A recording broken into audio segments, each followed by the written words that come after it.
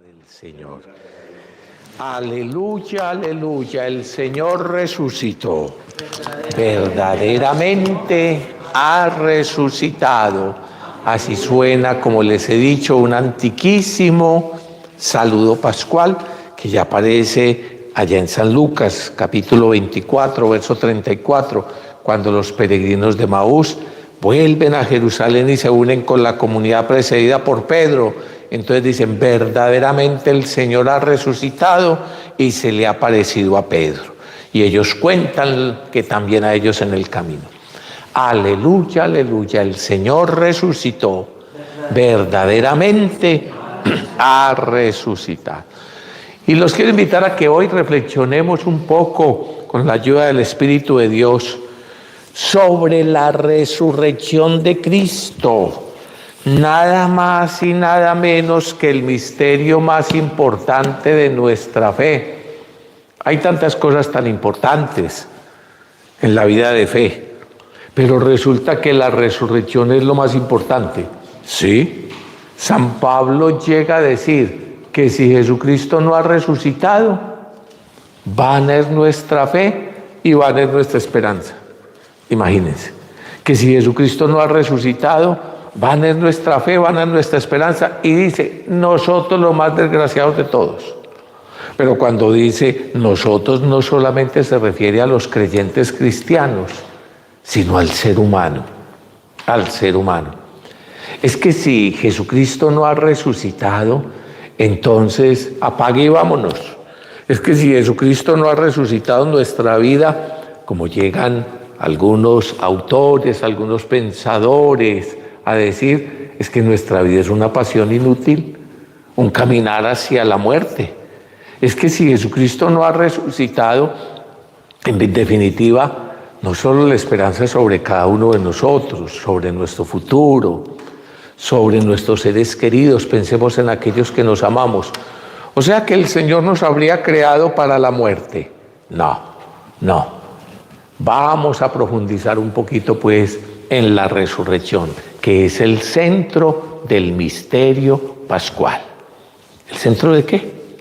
Del misterio pascual. Nos preparamos para celebrar ese misterio durante ¿cuántos? 40 días. 46.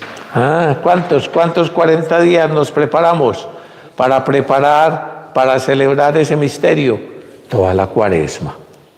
Que por cierto, 40 significa toda una vida en las Sagradas Escrituras.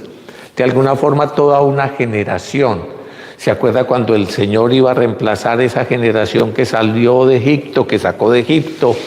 Porque era una generación que no mereció entrar en la tierra prometida, porque aun cuando ya había sido librada por el Señor, su corazón todavía seguía siendo esclavos. Entonces llegó un momento en que el Señor dijo, ustedes no merecen entrar a tierra de la libertad, a la tierra prometida, porque sí, su corazón sigue siendo esclavo. Entonces van a entrar sus hijos. ¿Y cuántos 40 años estuvieron deambulando por el desierto? ¿Cuánto? Que significa toda una vida, toda una vida. El 40 es uno de esos números, como otros en la Sagrada Escritura, que además de significar cantidad, a punto de usarse, también comienza a tener un sentido cualitativo, de cualidad. Por ejemplo, fueron 40 días del diluvio, ¿se acuerdan? Fueron 40 días de Moisés orando y ayunando para recibir las tablas de la ley. 40 años el pueblo de Israel, dije, por el desierto. 40 días para renovar la alianza de parte de nuestro amigo Elías. 40 días orando y ayunando el Señor antes de iniciar su vida pública. Y hay un texto interesantísimo en Lucas, los Hechos de los Apóstoles, que precisamente corresponde a este tiempo en la liturgia, que dice, Hechos capítulo 1, que el Señor se les apareció durante 40 días dándoles muchas pruebas de que vivía. ¿Se acuerdan? Hechos de los Apóstoles, que es lo que da origen a nuestra fiesta litúrgica que llamamos ¿qué? La 40, la Cuaresma. Pero los 40 después de resucitado, apareciéndoseles durante 40 días. Pues la Pascua es el paso del Señor, ese 40 hasta la ascensión del Señor y ya después la cincuentena de Pentecostés. A ver, porque 40 tiene un sentido, además, como les dije, simbólico. La primera 40, la cuarentena, la cuaresma, para prepararnos para la Pascua. Lo más importante, la Pascua. Y después de la Pascua, ustedes ven que en los Hechos de los Apóstoles dice que el Señor se les apareció durante 40 días, dándoles muchas pruebas de que vivía. Es la fiesta que se va a celebrar antes de Pentecostés, la fiesta de la ascensión del Señor. Porque a los 40 días, dicen los Hechos de los Apóstoles, entonces viene esa experiencia de ascensión del Señor. 40 pues nos estuvimos preparando, que significa toda una vida, y que técnicamente en la Sagrada Escritura significa el tiempo necesario para que llegue a su plenitud una revelación. ¿Qué significa el 40? El tiempo necesario para que llegue a su plenitud, para que llegue a darse una revelación, una revelación. ¿Usted cuántos años tiene? 50. Por ahí 30 y pico, por ahí 30 y pico, porque toda una vida, o sea, el tiempo necesario para que lleguemos a la Pascua, para que lleguemos a la revelación de lo que Dios nos ha traído a esta vida. Entonces, nos preparamos esa cuarentena para celebrar la Pascua. Y el centro del misterio pascual, lo que recoge el paso del Señor Dios por nosotros, como lo resumen todas las proclamaciones del Querigma, ese anuncio de la vida, de la pasión, muerte y la resurrección del Señor y la donación del Espíritu.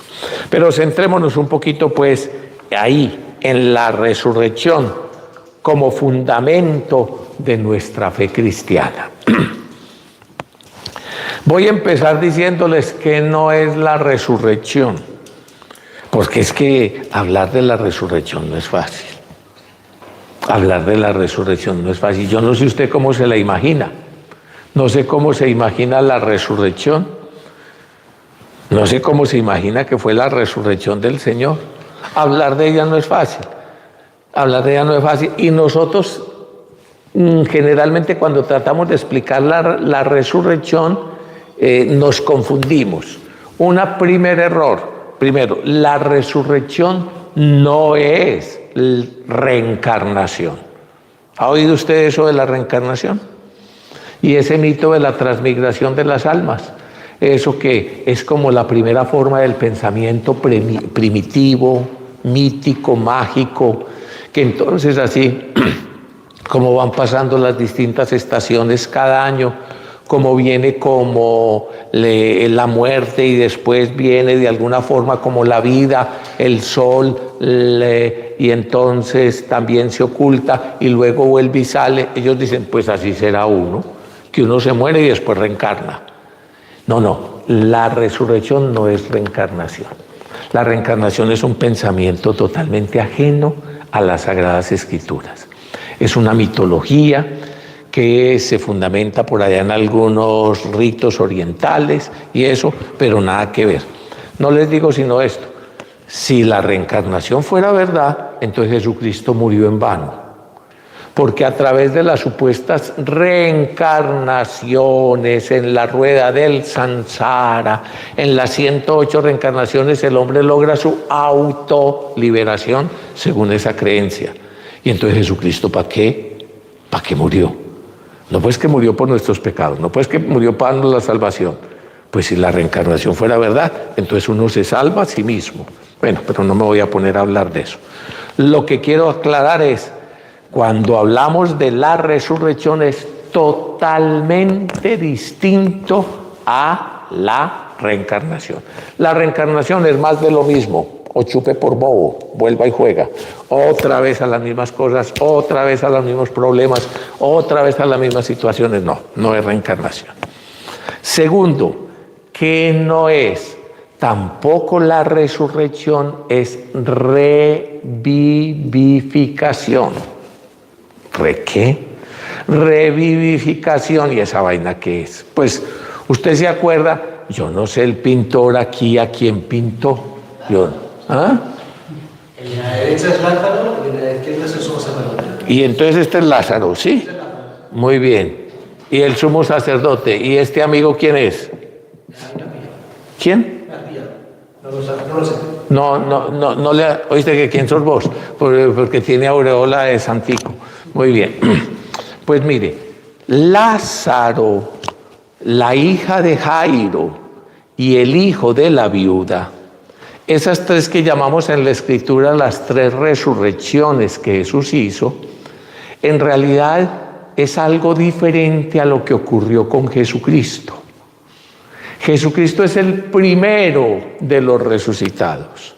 Jesucristo es el primogénito de los resucitados. Y entonces, ¿qué fue lo que el Señor hizo? Y amén que lo hizo el Señor.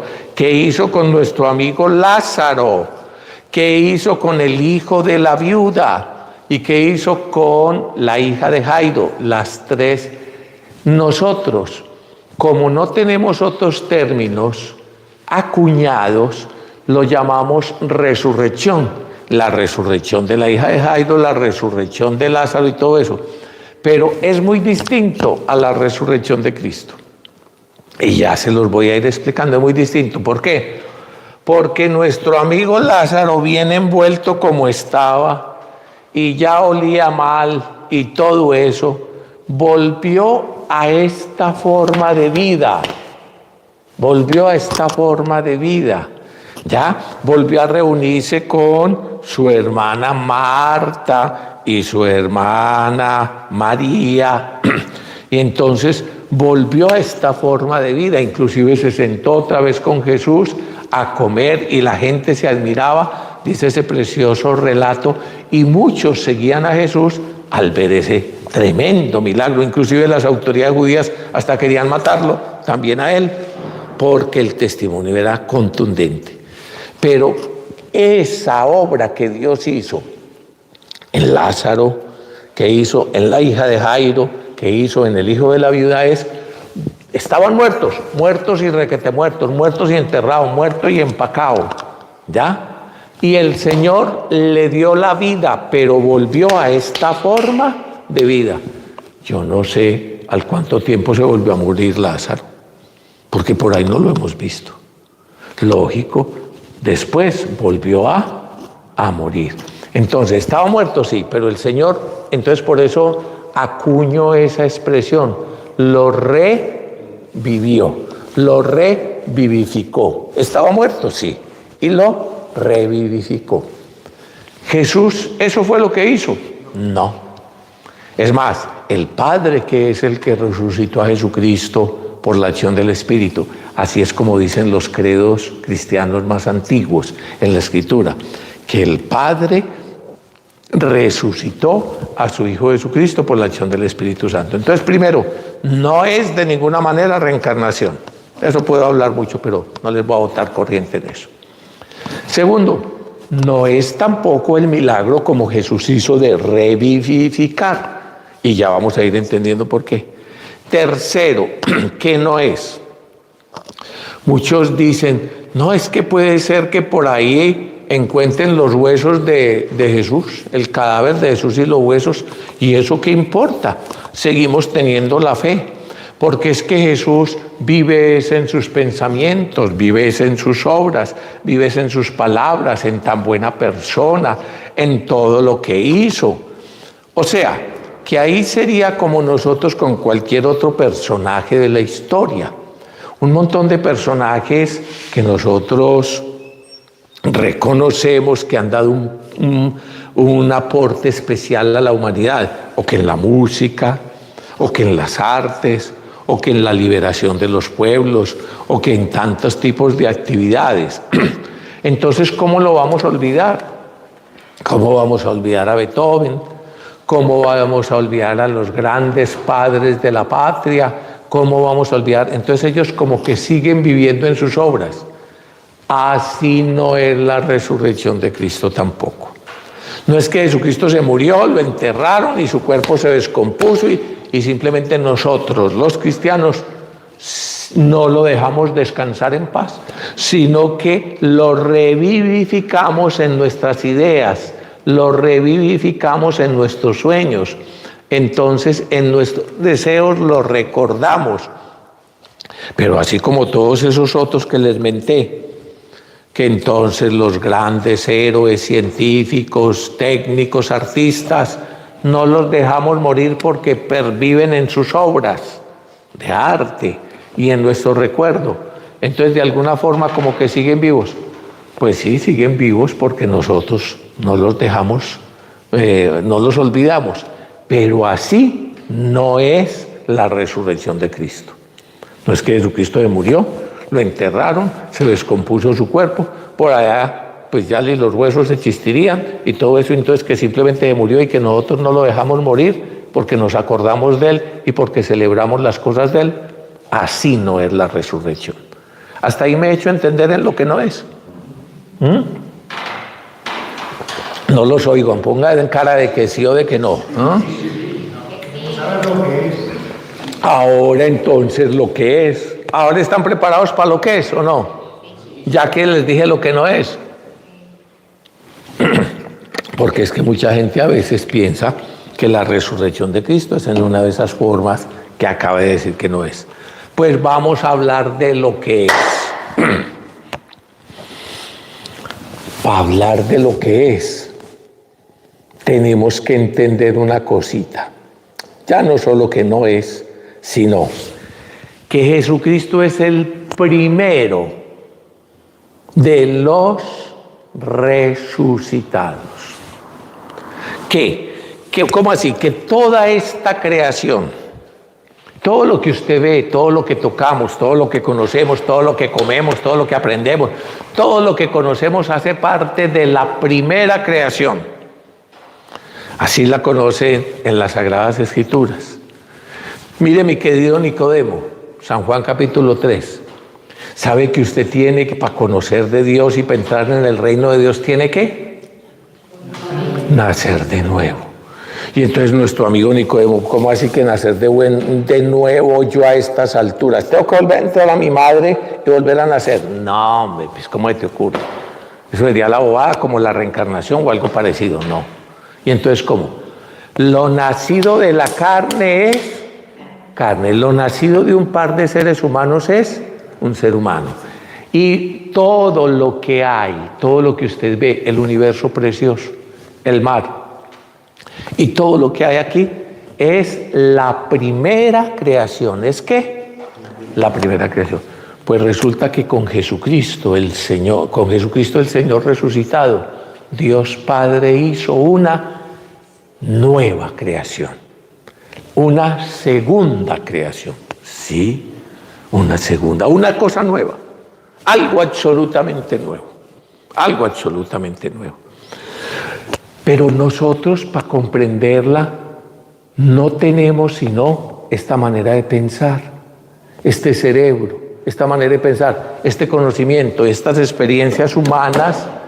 Y entonces, para poder hablar de cómo es la nueva creación, de cómo es Jesucristo resucitado, pues tenemos que hablar en comparaciones. Se llama técnicamente en analogías.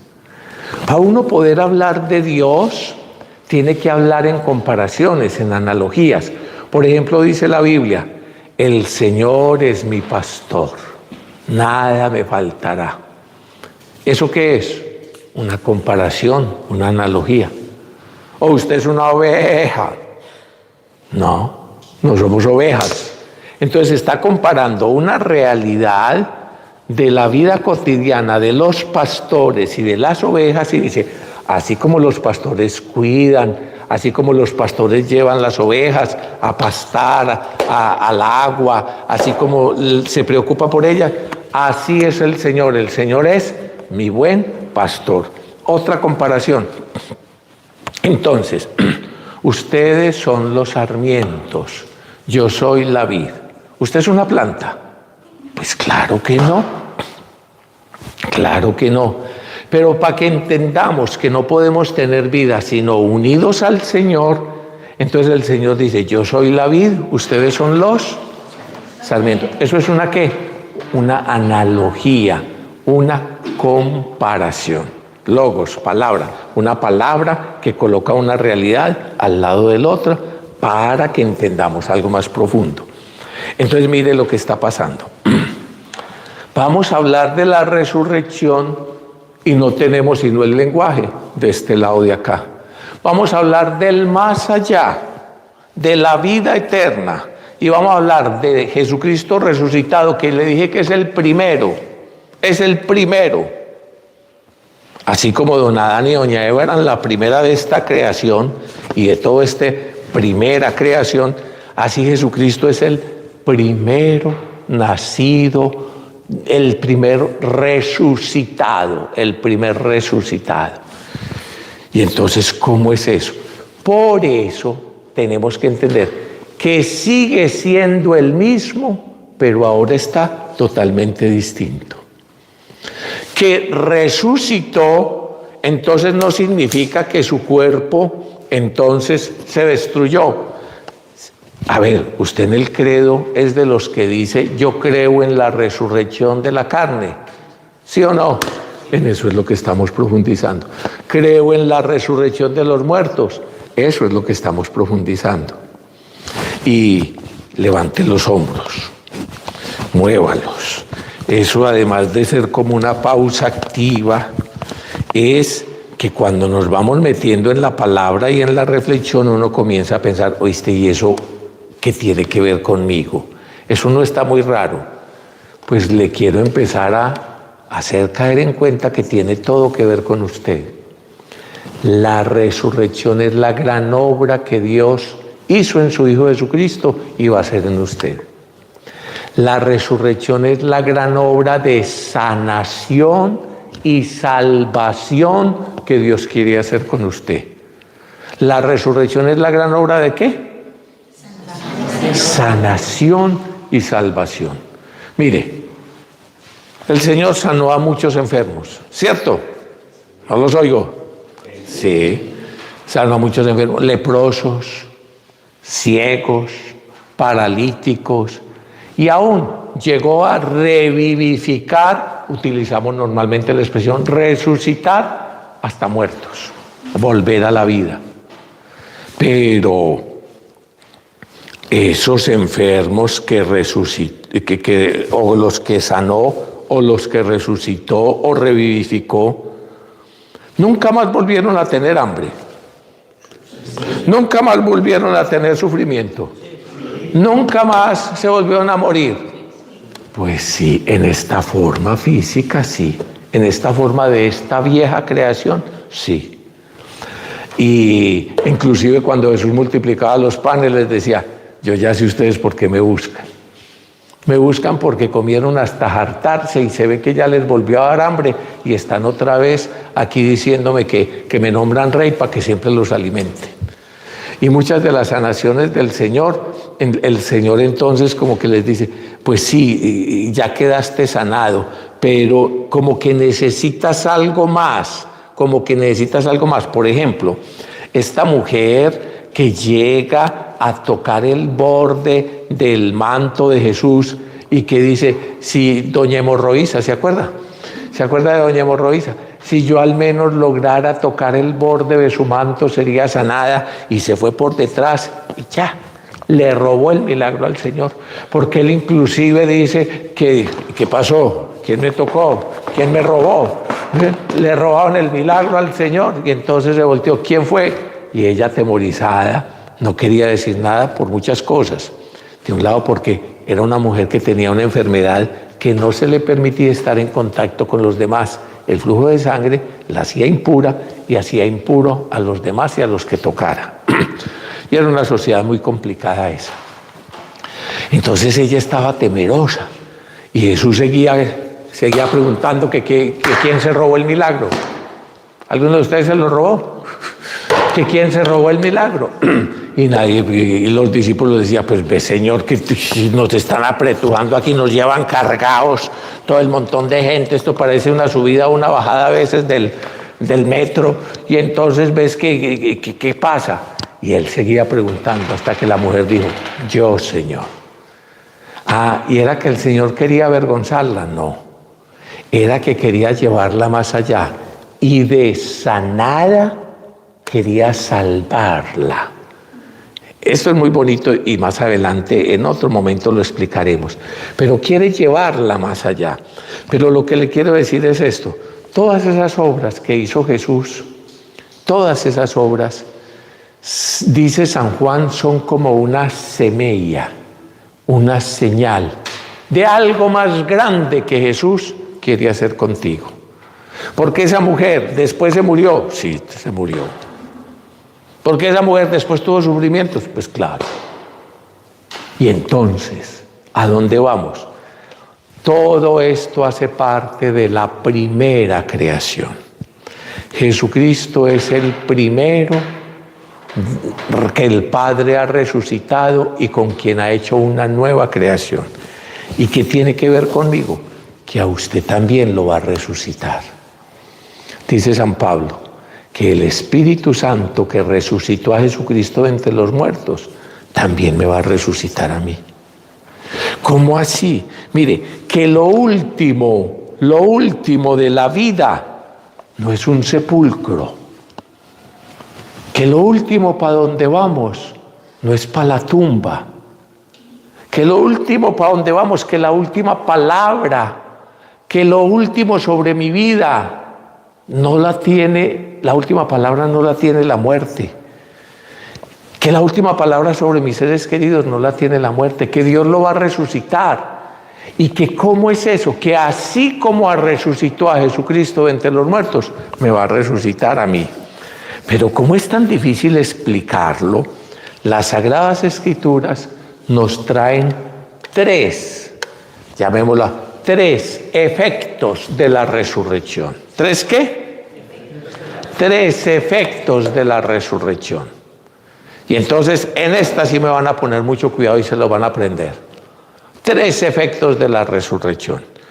Primero, la tumba está vacía. La tumba está vacía. Segundo, las apariciones del resucitado. Segundo, apariciones del resucitado. Y tercero, el don del Espíritu Santo. Tercero, esos son los tres efectos de la resurrección. Entonces, primero, la tumba está vacía. Para cada uno de nosotros y para toda la gente hay lugares que seguramente usted considera los más importantes. ¿Cuál es el lugar más importante que usted ha visitado? O el lugar más importante para usted. Por ejemplo, para un amante del arte puede ser alguno de los museos especiales. Para un deportista, alguno de los grandes estadios. Ustedes ven que esos muchachos vienen de todas partes del mundo y lo primero que van a visitar aquí en Madrid es ¿qué? Ajá. Imagínense. Y entonces ellos se sienten transportados y creen que ya tocaron el cielo. Para ellos es el lugar más importante de la tierra. Si fuera un economista, entonces estaría pensando en Wall Street o en donde se mueven las grandes bolsas del mundo o se hacen las grandes decisiones de la economía. Un artista, ya le digo, quizás alguno de los más importantes museos. Yo no sé cuál es el lugar más importante para usted. A mí me gusta ir, aun cuando cada vez hay más gente y la cosa se vuelve muy complicada para entrar. Me gusta ir al lugar más importante, que es el Santo Sepulcro. Y sabe, como lo llaman los griegos, nuestros hermanos griegos, Anástasis, el lugar de la resurrección. Inclusive tienen allá un símbolo para decir, este es el centro de la creación, el lugar más importante de la creación. Y qué paradójico que el lugar más importante de la creación, el lugar más importante del mundo, la tierra, y el lugar más importante de la creación, lo es no por lo que hay ahí, sino por lo que no hay. Está vacío. El lugar más importante de la creación lo es, no por lo que hay, sino por lo que no hay. Respire profundo que les voy a contar cosas. Respire profundo que le voy a hablar de usted y de su vida y de su muerte y de la muerte de sus seres queridos. Hombre, tanto luchar uno, tanto amar uno para finalmente morirse. Entonces usted puede llegar a estar muy enamorado y la tragedia, puede amar mucho y la tragedia se vuelve más fuerte cuando uno ve que los muchachos jóvenes en la plenitud de la vida, plenamente enamorados y se mueren. Y entonces por eso es el cantar, por ejemplo, a Romeo y Julieta. ¿Será eso? O quizás unos adultos y ancianos que han pasado toda la vida y que ven que el otro se desgasta, que ve que el otro inclusive va perdiendo su memoria, va perdiendo su movilidad y finalmente se muere. Y tanto luchar uno, tanto hacer uno para finalmente morirse. Pero todavía la muerte es peor cuando es la muerte de los niños, de los jóvenes, de los inocentes. Y entonces, ¿será que para eso nos creó Dios? Si así fuera, entonces no más como un momentico, un pequeño tiempo y finalmente ser aplastados inexorablemente por la piedra inmensa del sepulcro, por la piedra aplastante, avasalladora, que sella ya todos nuestros sueños, nuestras aspiraciones, nuestros ideales. Y era una piedra tan inmensa con la que cubrieron el sepulcro, dice el Evangelio de San Mateo. ¿Será que para eso nos hizo Dios? No. Mire, no está aquí. Es el anuncio de los mensajeros. En la tumba, no está aquí. No está aquí. Va delante de vosotros. Y esas vendas aquí es una buena muestra de cómo enterraban los judíos. Entonces, fíjense, este tipo de vendaje lo vendaban y le iban poniendo sustancias aromáticas. Lo vendaban y le ponían sustancias aromáticas y luego le ponían un sudario para cubrir la cabeza y para cubrirlo allí finalmente. Y resulta, Evangelio según San Juan, capítulo 20, que cuando van el primer día de la semana, primer día de la nueva creación, ha pasado la vieja semana, ha pasado la semana de la primera creación, ahora estamos en el primer día de la nueva creación. Una nueva creación que no tiene sino domingo, una nueva semana que no tiene sino domingo. Por eso, cuando el Señor trata de contarnos qué es eso de la resurrección, tiene que utilizar un montón de analogías, simbolismos, a ver si entendemos. Entonces dice que empezó una nueva semana en la que no hay sino domingo. O sea, empezó un nuevo tiempo. La manera de contar el tiempo es la semana. La manera de vivir aquí en el mundo es el espacio, todo esto. Y entonces dice, ahora ha empezado cielo nuevo, tierra nueva, un tiempo nuevo. Por eso las apariciones del Señor son el domingo, el primer día de una nueva semana, de un nuevo tiempo. Y van corriendo pues al sepulcro y se llevan la sorpresa de que está vacío, de que está vacío. Y evidentemente no se lo han robado el cadáver porque los ladrones no se iban a poner a desenvolver a Jesús, el cadáver de Jesús, y a un lado estaban las vendas tiradas y el sudario dobladito a otro lado. ¿Cómo así? ¿Y dónde está? Primero, la tumba está vacía. De la nueva creación, de la resurrección, aquí no quedó sino que esta manera de vivir, muerto, el cadáver, ya no está. Por eso cuando se encuentran con Jesús, a toda hora son pensando, oíste, pero si es el mismo. ¿Se acuerdan que es que no lo identifican? Acuérdense, ¿dónde? Emaús. Camina con ellos, habla con ellos, ellos le echan cantaleta. Usted es el único que no sabe, el único que no conoce lo que ha pasado. Se ponen a comer con ellos y no lo reconocen hasta la fracción del pan. ¿Quién más no lo reconoce? María Magdalena está de pie, parado, ni se diga a los ángeles que no les puso cuidado. Está de pie, parado el Señor al lado, en el jardín, un nuevo jardín paralelo al jardín donde Dios creó, al jardín de Edén, donde creó al primer hombre, Adán y Eva. Ahora está en un nuevo jardín, creando la nueva humanidad, creándonos a todos. Y entonces ella ni lo reconoce hasta que Él la hace salir de su sepulcro donde ella se había metido, hasta que Él la hace salir de sus temores, de su duelo. Nadie lo reconoce en la pesca milagrosa. Inclusive cuando se pone a comer con ellos, no se atreven a preguntarle, oíste, vos y sos, porque es que estás tan distinto, porque es que nos acordamos cuando te mataron. Estaban además encerrados y trancadas las puertas por miedo y Jesús se puso en el medio. Es el mismo, pero está distinto. ¿Cómo es? Jesucristo resucitado. Es el mismo, pero está distinto. A ver, ¿cómo es?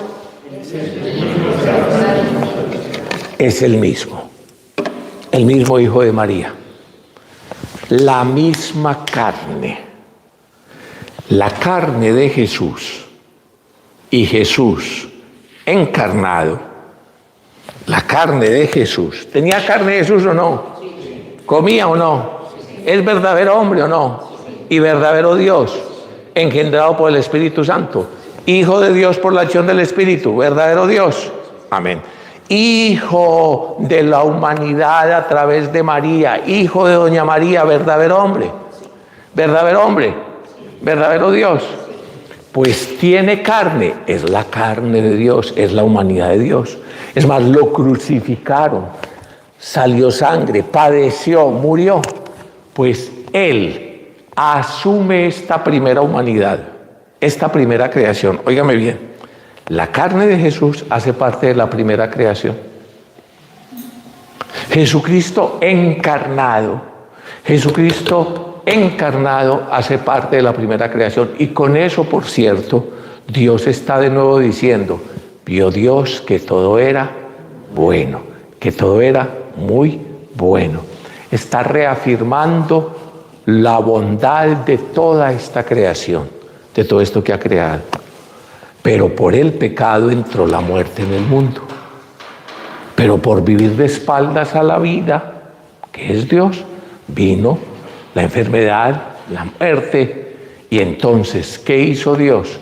Mandó a su Hijo a nuestra vida, a nuestra historia, con nuestra carne. Asumiendo esta creación, la redimió. Porque solo lo que es asumido es redimido. ¿Cómo es? Solo lo que es asumido es redimido. Me hace el favor y dele un buen pellizco a la carne más cercana que usted tenga. Me imagino que también es la suya. O usted es de plástico. Dele un pellizco. Así nos hizo Dios, como parte de esta primera creación. ¿Me entiende, mi querido Nicodemo? Pero resulta que Jesús, que tenía carne, ahora fueron a buscar la carne de Jesús, que era un cadáver porque lo habían crucificado, lo habían envuelto, le habían puesto el sudario, lo habían vendado, lo metieron en ¿Y qué pasó?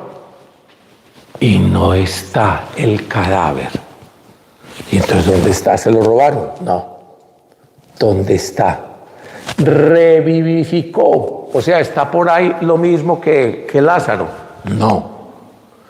Es el mismo, pero está distinto. Y entonces ahí es donde tenemos que inventar nuevas palabras para una nueva realidad que supera todo lo pasado.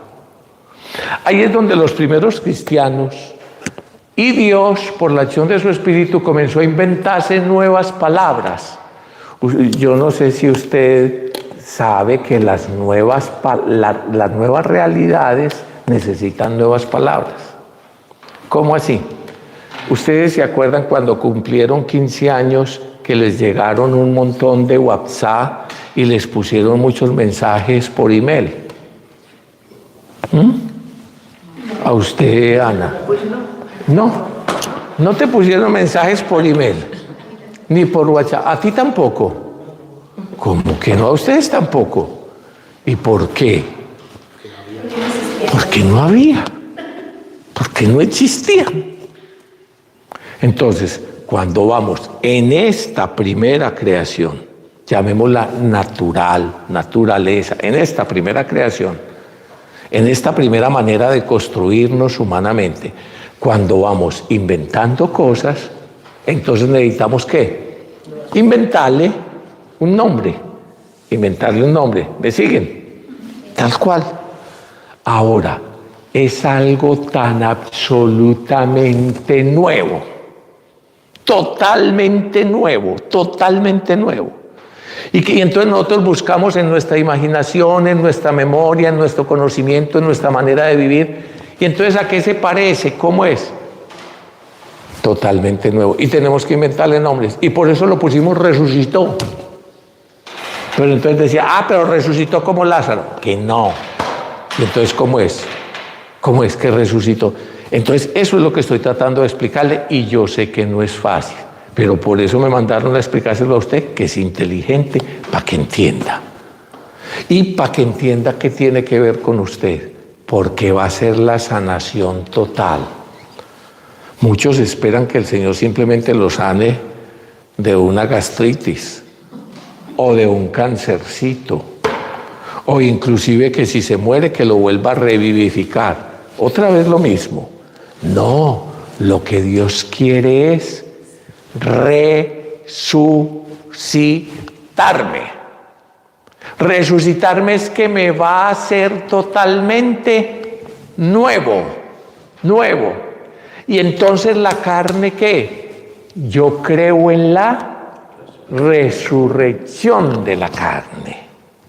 Entonces esta carne, o sea, yo voy a seguir siendo el mismo, pero voy a estar totalmente nuevo. Mire, le cuento esto. Las apariciones de la Virgen siempre son apariciones de la madre joven, lógico, llena de vida, resplandeciente.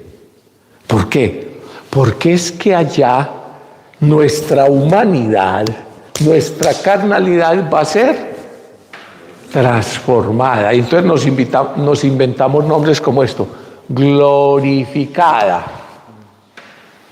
transformada, resucitada. Nos inventamos nombres como esto: a la diestra de Dios. Para decir, como San Juan, por ejemplo, se atrevía a decir: miren, muchachos, es que ahora somos hijos de Dios.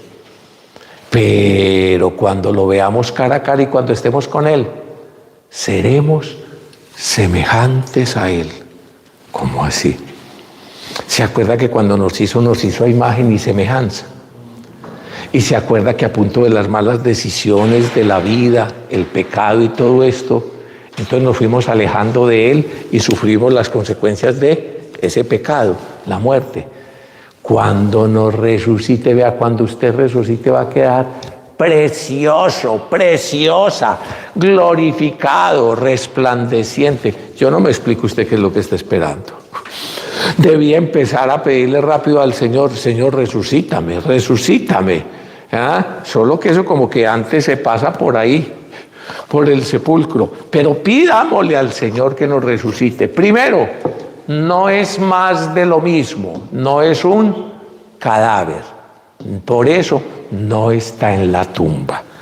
Segundo, las apariciones del resucitado, que nos muestran que es el mismo, pero está distinto. Que Dios Padre asumió la carne de Jesús y entonces ahí inventamos nombre. Lo glorificó. ¿Qué es gloria? Doxa, la expresión griega. Kabod, la expresión hebrea. Es llenar de la riqueza, del esplendor, del poder del ser de Dios. Es quedar transformado plenamente en Dios. Pero ¿cómo Dios mostró que la primera creación era buena y no la desechó? Jesucristo, la carne de Jesucristo, la ha resucitado. ¿Cómo resucitará por la acción de su Espíritu nuestros cuerpos mortales? Y nos va a resucitar resplandeciente, plenos en Dios.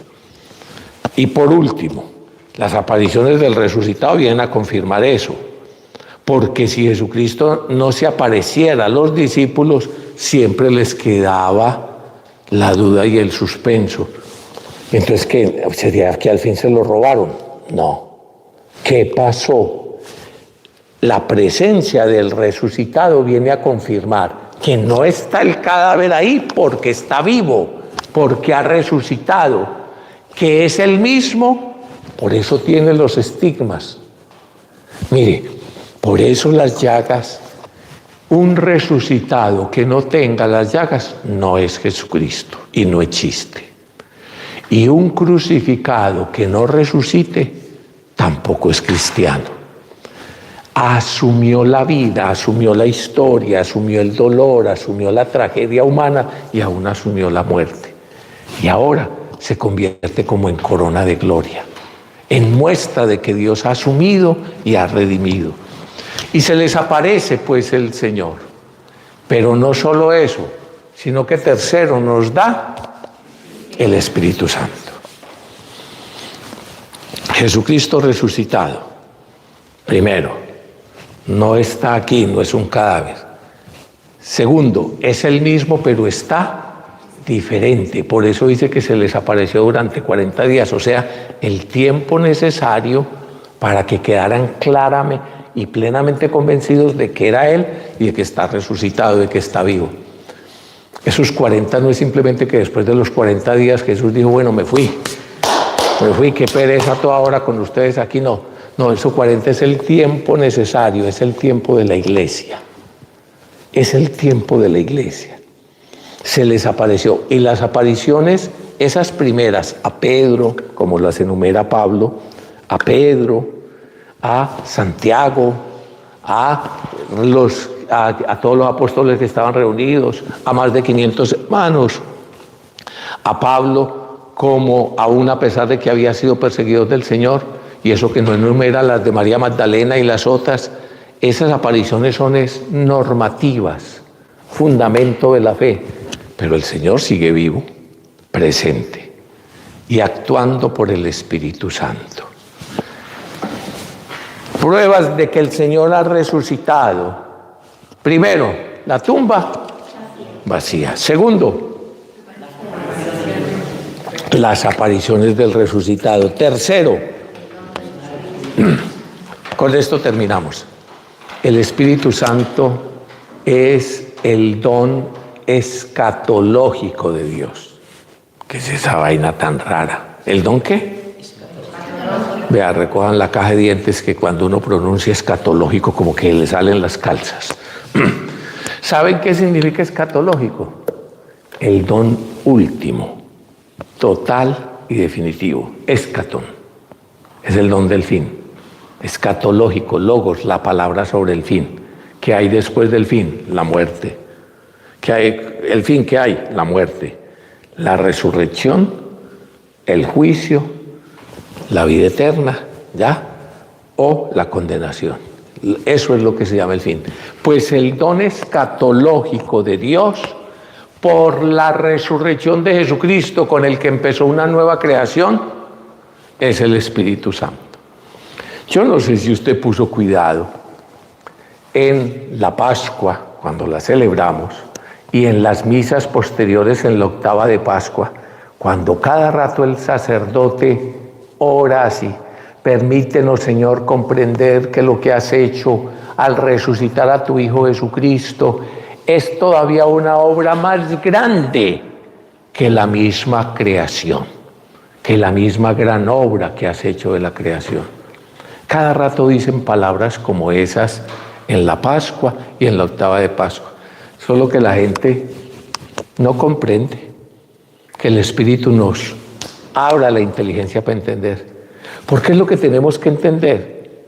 Eso es lo que se ora en la Pascua. Permítenos, Señor, comprender que lo que has hecho a través de tu Hijo Jesucristo al resucitarlo es todavía una obra más grande que el crear el universo y las constelaciones y las galaxias, más grande que crear el mar y todos los seres vivos, más grande que crear al primer hombre y a la primera mujer y que crear la humanidad. Más grande,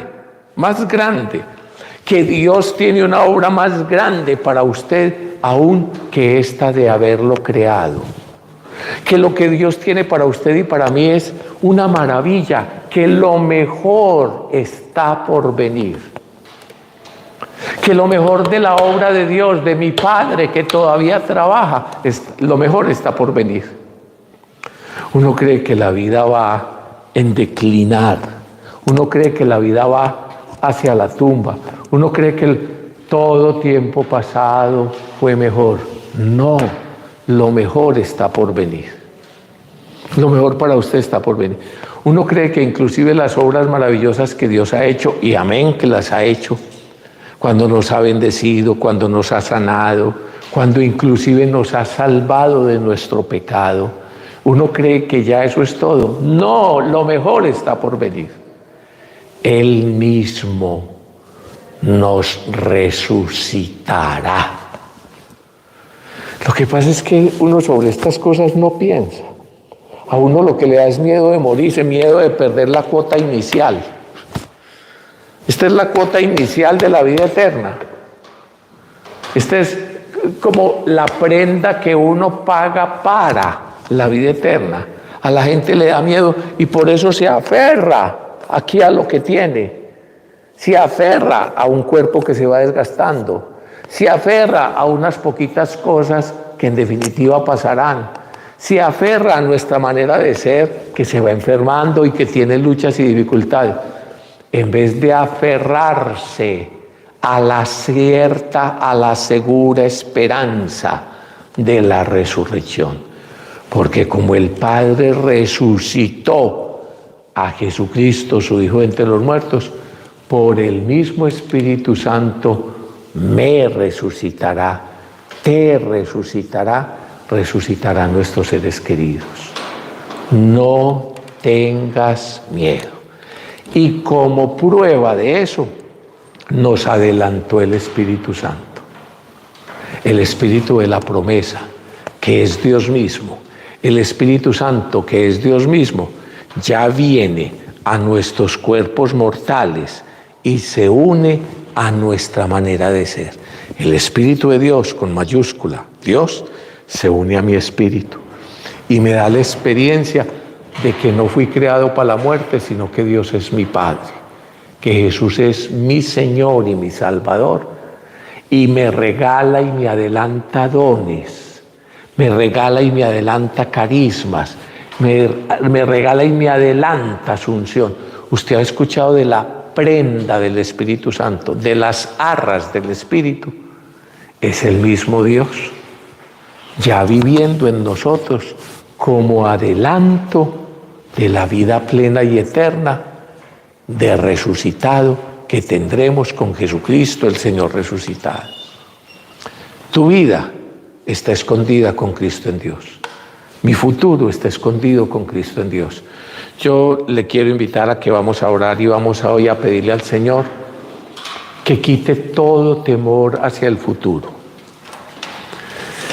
Lógico, cuando uno no sabe bien de la resurrección y lo que hay más allá de la muerte, lo único que uno puede tener es miedo a perder lo mucho o poquito que ahora tenemos. Al fin y al cabo es lo que tenemos, es lo que somos. Pero cuando comienza uno a darse cuenta de lo que viene.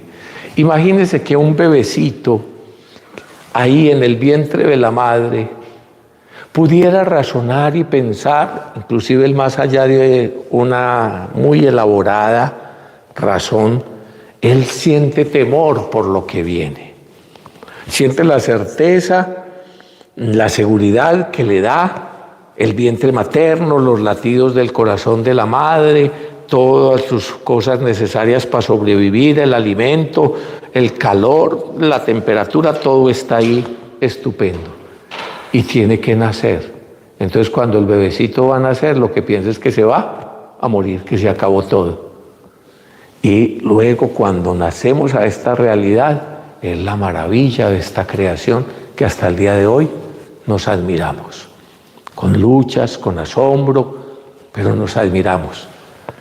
Usted sabe que la naturaleza, la creación está de parto, nos dice San Pablo, que la creación entera está gimiendo con dolores de parto para que se manifieste los hijos de Dios. Ya se ha manifestado en Jesucristo el resucitado. Y Dios está de parto con usted y conmigo. Por la acción de su Espíritu Santo nos quiere dar la vida nueva y resucitar con Cristo. Padre del cielo, lo quiero invitar a que vamos a orar. Padre del cielo, que tanto nos amas, que nos has dado a tu propio Hijo, Jesús, el Mesías, nuestro Señor, que asumió nuestra propia historia, nuestra propia carne, nuestra propia vida, esta naturaleza, para mostrarnos que tú nunca nos has abandonado, que tú no has renegado de tu creación, que a pesar de nuestras infidelidades y nuestro pecado, tanto nos ama Dios que dio a su Hijo único, para que todo el que lo reciba, todo el que crea en Él, tenga por Él la vida eterna. Gracias, Padre, por tu Hijo Jesús, nacido de mujer, nacido bajo la ley, la palabra, el proyecto de Dios eterno que se hizo carne, que asumió mi carne. Señor, Señor Jesús, verdadero Dios y verdadero hombre, yo hoy te entrego mi carne, mi vida, mi ser. En tus heridas hemos sido sanados. Tú soportaste el castigo que nos trae la paz. Yo quiero colocar hoy toda mi realidad en ti, como San Pablo nos dice, que eso es el bautismo. Sumerjamos nuestra vida en la Pascua de Cristo, en Jesucristo crucificado y resucitado. Hoy quiero, Señor, de una manera especial, entregarte toda mi realidad, entregarte mi vida con mis heridas, con mis sufrimientos, con mis debilidades, con mis limitaciones. Quiero invitarlo a que usted levante sus manos delante del Señor. Esto que somos, y que somos por la gracia de Dios, porque así nos ha creado, porque nos llamó a la vida y nos dio esta manera de ser, de existir humanamente, esta carne humana. Esto que somos, estos pensamientos, estos sueños, estas esperanzas, esto, Señor, que se ha ido debilitando nuestros cuerpos, que sufre enfermedades, esta realidad que somos, que la ponemos en tus manos. Padre Santo, que en tu Hijo Jesucristo crucificado, herido, muerto, lo tomaste y por la acción de tu Espíritu lo resucitaste, nosotros también hemos sido bautizados, sumergidos en su Pascua. Hoy queremos renovar nuestra entrega a ti. Hoy entregamos, Señor, la realidad de lo que somos, nuestro cuerpo, nuestras palabras, nuestra mente, nuestros pensamientos, nuestros sentimientos, nuestro pasado, nuestro presente y nuestro futuro que está escondido en tu corazón. Bautízanos, sumérgenos en ti. Dígale usted, bautízame, Señor. Bautízame, bautízame, sumérgeme. Eso significa bautismo, sumérgeme. Sumérgeme, Señor, en tu Pascua, en tu muerte y resurrección. Así como renovamos el bautismo ahora en la Pascua, hoy mismo también lo renovamos. Y te pido, Señor, que derrames tu Espíritu, primicias de la eternidad, prenda de la inmortalidad, arras de la santidad. Dígale usted, ven Espíritu Santo, ven Espíritu Santo, ven Espíritu de Dios, don entre los dones espléndido, don definitivo de Dios. Ven, ven, ven Espíritu Santo. Bautízame, Señor, con tu Espíritu. Vamos a cantarle. Bautízame, Señor, con tu Espíritu. Lléname, Señor, con tu Espíritu. Reengéndrame, Señor, en tu Espíritu.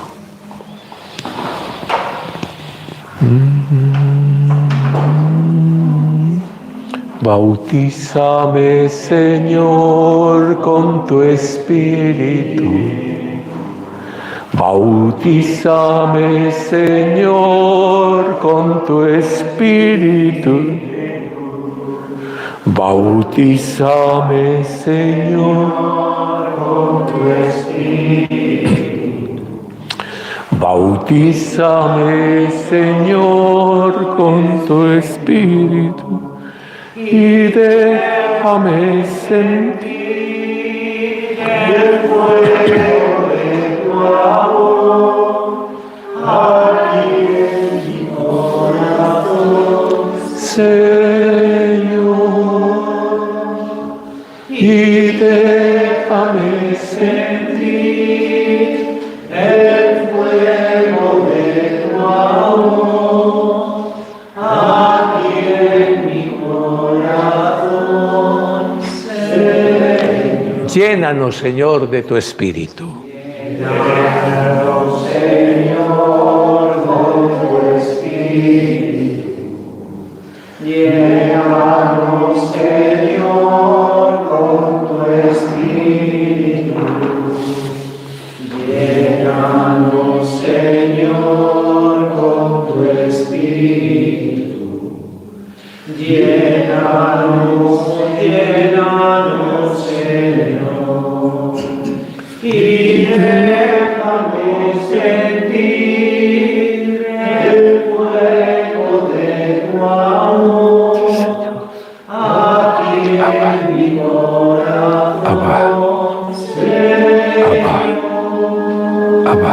Y déjame sentir el fuego de tu amor aquí en mi corazón, Señor. Dígale usted, Abba, Padre, Abba, Abba, Padre, Abba. Padre de nuestro Señor Jesucristo, Dios y Padre nuestro. Esta primera creación fue obra tuya. Así lo proclamamos, Señor, en el credo y así nos lo enseñó tu Hijo Jesucristo. Dios Padre Creador, Todopoderoso, todo bondadoso, de quien toma nombre toda familia en el cielo y en la tierra. Dios Padre misericordioso, que por tu Hijo Jesucristo y en tu Hijo Jesucristo has asumido esta creación, esta mi vida, esta mi realidad, y nos has hecho una nueva creación, y has hecho a tu Hijo una nueva creación, y nos has salvado, perdonado, bautizado, sumergido en tu Hijo, y nos has sellado con la prenda de la inmortalidad, con tu Espíritu Santo, que también nos resucitará nuestros cuerpos mortales. Padre Santo, derrama hoy sobre todos nosotros tu Espíritu, ese Espíritu de amor, ese Espíritu de confianza, ese Espíritu de fe, ese espíritu de certeza de que nuestra vida está en tus manos y echa afuera el temor. Echa afuera el temor de la enfermedad, echa afuera el temor al fracaso, echa afuera el temor a las limitaciones, echa afuera el temor a la muerte. Y danos la certeza de que nuestro futuro está escondido con Cristo en ti. Porque creemos en la resurrección de Cristo y creemos en la resurrección de la carne, en nuestra resurrección. Gloria al Padre, al Hijo y al Espíritu Santo.